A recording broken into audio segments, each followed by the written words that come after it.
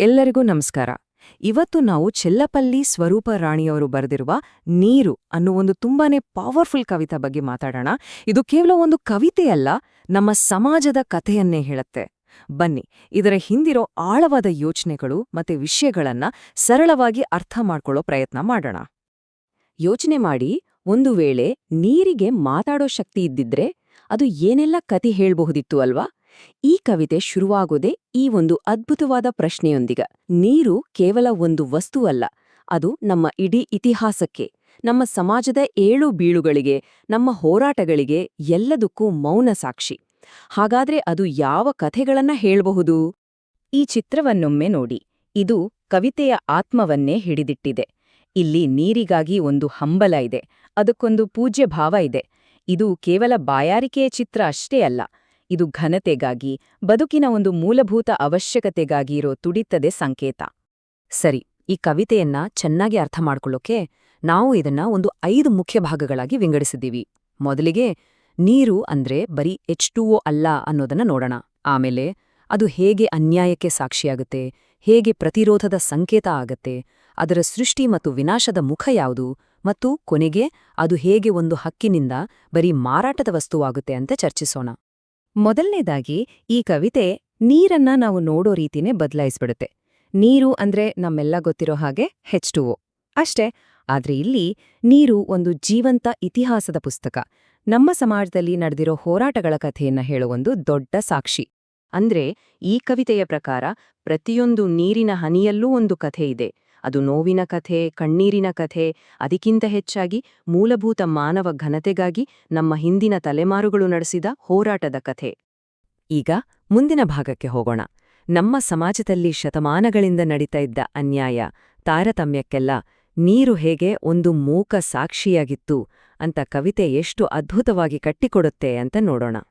ಕವಿತೆ ಇದನ್ನ 2 ಪ್ರಪಂಚಗಳನ್ನ ನಮ್ಮ ಕಣ್ಮುಂದೆ ಇಟ್ಟು ತೋರಿಸುತ್ತೆ. ಒಂದು ಕಡೆ ಊರು, ಇಲ್ಲಿ ದಿನಕ್ಕೆ 2 ಬಾರಿ ಆರಾಮಾಗಿ ಸ್ನಾನ ಮಾಡೋ ಜನ. ಇನ್ನೊಂದು ಕಡೆ ವಾಡ, ಇಲ್ಲಿ ವಾರಕ್ಕೊಮ್ಮೆ ಸ್ನಾನ ಮಾಡೋದೇ ಒಂದು ದೊಡ್ಡ ಹಬ್ಬದ ತರಹ. ಇಲ್ಲಿ ಪ್ರತಿಯೊಂದು ಹನಿ ನೀರಿಗೂ ಮೈಲುಗಟ್ಲೆ ನಡಿಬೇಕಾದ ಅನಿವಾರ್ಯತೆ. ಎಂಥ ವ್ಯತ್ಯಾಸ ನೋಡಿ. ಈ ಸಾಲುಗಳಿದೆಯಲ್ಲ, ಇವು ಅಸ್ಪೃಶ್ಯತೆಯ ಕ್ರೂರ ವಾಸ್ತವವನ್ನ ನೇರವಾಗಿ ನಮ್ಮ ಮನಸ್ಸಿಗೆ ತಲುಪಿಸುತ್ತವೆ. ಪಂಚಮ ಅಂದ್ರೆ ಸಮಾಜದಲ್ಲಿ ಕೆಳಸ್ತರದವನು ಅಂತ ಗುರುತಿಸಲ್ಪಟ್ಟ ವ್ಯಕ್ತಿ ತನ್ನಗಾಗಿ ಒಂದು ಕೊಡ ನೀರು ಸೇದೋ ಹಕ್ಕಿಲ್ದೆ ಬೇರೊಬ್ಬರು ಬಂದು ನೀರು ಹಾಕೋವರೆಗೂ ದಿನವಿಡೀ ಖಾಲಿ ಕೊಡ ಹಿಡಿದು ಕಾಯ್ಬೇಕಾದ ಆ ಯಾತನೆಯನ್ನ, ಆ ಅವಮಾನವನ್ನ ನೀರು ಮೌನವಾಗಿ ನೋಡಿದೆ ಅಂತ ಕವಿತೆ ಹೇಳುತ್ತೆ. ನೋಡಿ, ಈ ಅನ್ಯಾಯ ಅನ್ನೋದು ಕೇವಲ ಒಂದು ಊರಿಗೆ ಸೀಮಿತ ಆಗಿರ್ಲಿಲ್ಲ. ಕವಿತೆ ಈ ವಿಷಯವನ್ನ ಜಾಗತಿಕ ಮಟ್ಟಕ್ಕೂ ಕೊಂಡೊಯ್ತೆ. ಬೈಬಲ್ನಲ್ಲಿ ಬರೋ ಸಮಾರ್ಯದ ಮಹಿಳೆಯ ಘಟನೆಯಿಂದ ಹಿಡಿದು ನಮ್ಮಲ್ಲೇ ದಮನಿತ ಸಮುದಾಯಗಳ ಒಳಗಿನ ಸೂಕ್ಷ್ಮ ತಾರತಮ್ಯದವರೆಗೂ ನೀರು ಎಲ್ಲವನ್ನೂ ನೋಡಿದೆ. ಆದ್ರೆ ಕಥೆ ಇಲ್ಲಿಗೆ ಮುಗಿಯಲ್ಲ.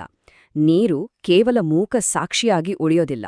ಒಂದು ಹಂತದಲ್ಲಿ ಅದೇ ನೀರು ಪ್ರತಿರೋಧದ, ಹೋರಾಟದ ಕೇಂದ್ರ ಬಿಂದುವಾಗಿ ಬದಲಾಗುತ್ತೆ. ಇಲ್ಲಿ ಕವಿತೆ ಮಹಾಡ್ ಹೋರಾಟ ಅನ್ನೋ ಒಂದು ಐತಿಹಾಸಿಕ ಘಟನೆಯನ್ನ ನಮ್ಮ ಗಮನಕ್ಕೆ ತರುತ್ತೆ. ಬಿ.ಆರ್. ಅಂಬೇಡ್ಕರ್ ಅವರ ನೇತೃತ್ವದಲ್ಲಿ ಸಾವಿರಾರು ದಲಿತರು ಸಾರ್ವಜನಿಕ ಕೆರೆಯ ನೀರನ್ನ ಕುಡಿಯೋ ಮೂಲಕ ಅಲ್ಲಿವರೆಗೂ ಇದ್ದ ನಿಷೇಧವನ್ನ ಮುರಿತಾರೆ. ಆ ಒಂದು ಕ್ಷಣದಲ್ಲಿ ಆ ಕೆರೆ ನೀರು ಕೇವಲ ನೀರಾಗಿರ್ಲಿಲ್ಲ, ಅದು ಮಾನವ ಹಕ್ಕುಗಳ ಒಂದು ಯುದ್ಧಭೂಮಿಯಾಗಿತ್ತು.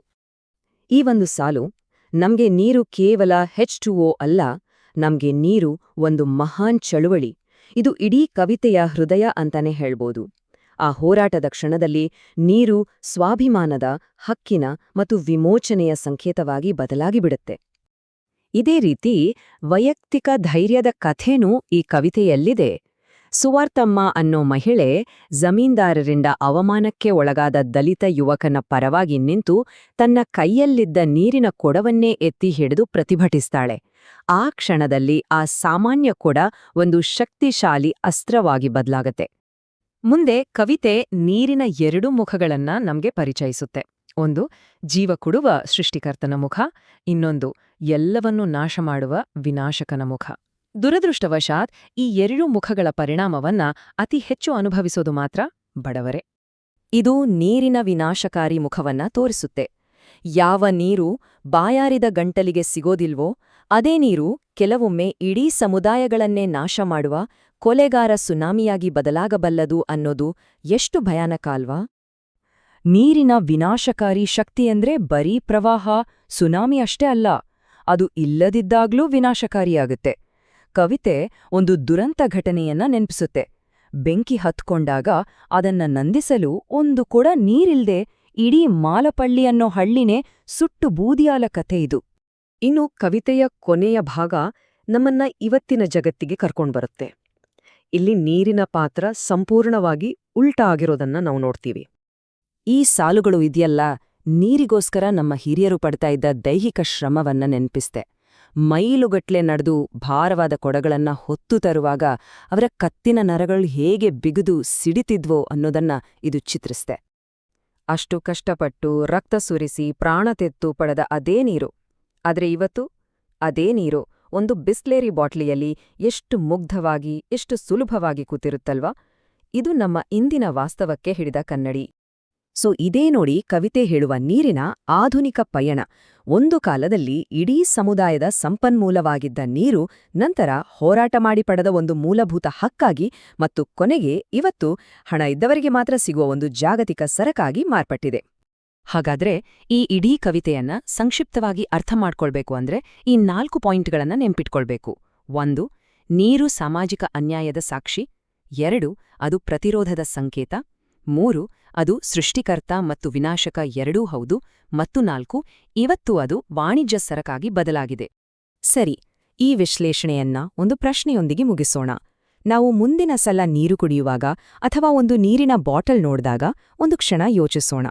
ಈ ನೀರಿನ ಪ್ರತಿ ಹನಿಯಲ್ಲೂ ಎಂಥಂಥ ಹೋರಾಟದ ಕಥೆಗಳು, ಘನತೆಗಾಗಿ ನಡೆದ ಯುದ್ಧಗಳು ಕರಗಿ ಹೋಗಿರಬಹುದು. ಅದರೊಳಗಿನ ಆ ಮೌನ ಇತಿಹಾಸ ನಮಗೇನ ಹೇಳೋಕೆ ಪ್ರಯತ್ನಿಸ್ತಿರಬಹುದು? ಯೋಚನೆ ಮಾಡಿ.